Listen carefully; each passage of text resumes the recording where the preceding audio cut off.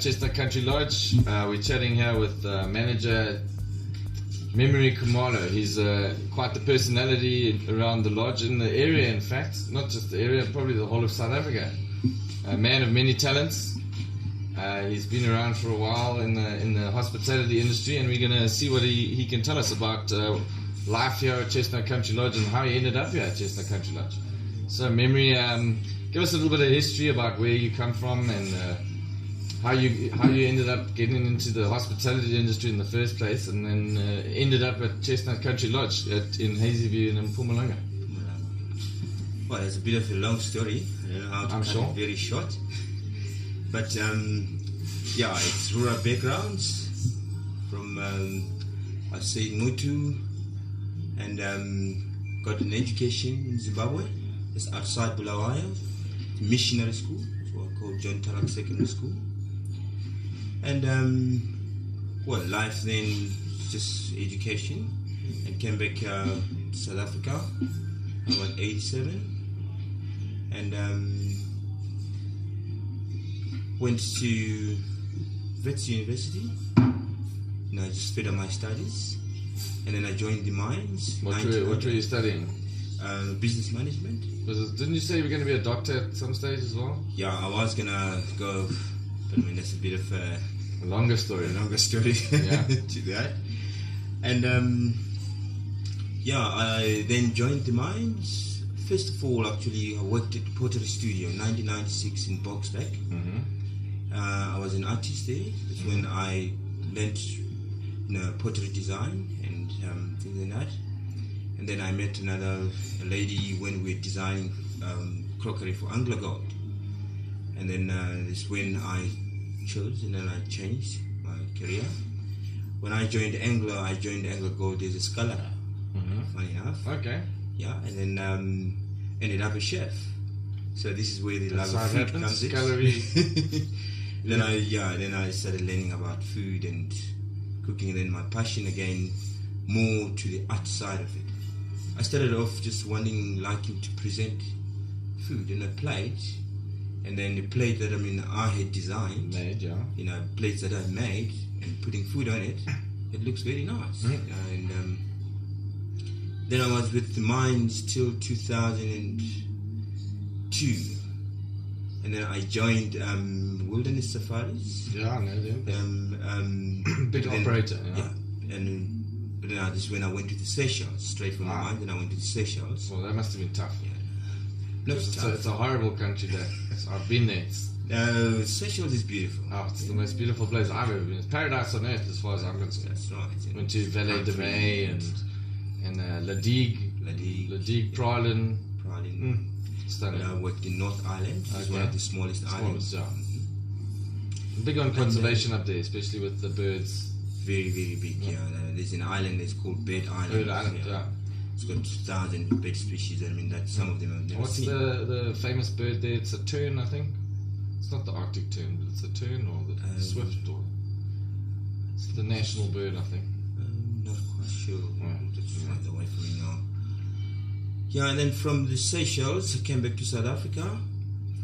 Struggled a little bit to try and find work, like a job in the hospitality industry. Everybody just couldn't, pay what we were used to. We're spoiled out there. Yeah, it's an international destination. So, and then this is when I joined. I went to Gold Reef City when I trained as a tour guide. First, I was just a Gauteng guide, and then traveling, and then I enjoyed it, and then I added Mpumalanga into my guiding, and then I added Northwest. You're not from Mpumalanga, though? No, I'm not from Northwest. No, not from Northwest. You're a KwaZulu-Natal boy. Yes, that's right. And and I then just from the love of guiding, and then I started, I think enjoying more and more and more, of that, because it was such a vast industry. You never stop learning on it. And then I think 2000 and many international tourists or mainly internationals. Mainly internationals, yeah. But my first introduction to real tourism was the first group was with the Americans, which was a rather embarrassing story. Okay, that sounds like a good story. No. I got lost terribly, and I thought, no, I give up. I'll never be a guide again. Yeah. I quit after this tour. First job you got lost as a guide. As a guide. Yeah. You're supposed to be guiding. Very nerve-wracking. Very nerve-wracking. This is probably before GPS. Yeah, no, I don't still believe in GPS. Okay. I've got the map in my head. Yeah. And then, 2005, 2006, that's when I first came to Chestnut Country Lodge. Then I met Christine, Neil, and then I fell in love with actually the whole area, Mpumalanga area. Yeah. It's very tranquil. And the Sabi Valley is stunning. The Sabi Valley is amazing. You know, it's never a boring band. Every band you take on the road, the ambience. Well, it's got everything. Montane, riverine, subtropical, bananas, coffee, wine, waterfalls, everything. And then coming from the past of the city, like Johannesburg, you tend to relax more here. You know, you find it's a lot more. Yeah. Just within minutes of arriving, it's very, very relaxed. And you feel at home. You do, which is the other reason why I joined Chestnut. I felt I could fit. I was perfect fit to bring in my experience. Everything. From all You've got everything. You've got chef, guides, animals, birds, everything. Yeah. So, but more. I've always enjoyed working with people. And I think my personality. I'm a people's person. We've noticed that. I'll be very bored sitting in an office and just doing all day. You couldn't do that. Yeah. So my main drive is just the challenging the dynamics and meeting all different people from all walks of life, of which I've actually enjoyed more in the whole industry, and it's actually helped me even learn more. Yeah. How many languages do you speak now? I'll say most of the South African languages. I'm busy because I took a bet with somebody learning German. Okay. Wie geht's? I can say Schlafen gut. Ask people if everything's alright. Yeah. Because you must pick up languages a lot because it's an international clientele. Yeah. Yes. What's the ratio of South African to international here at Chestnut Country Lodge?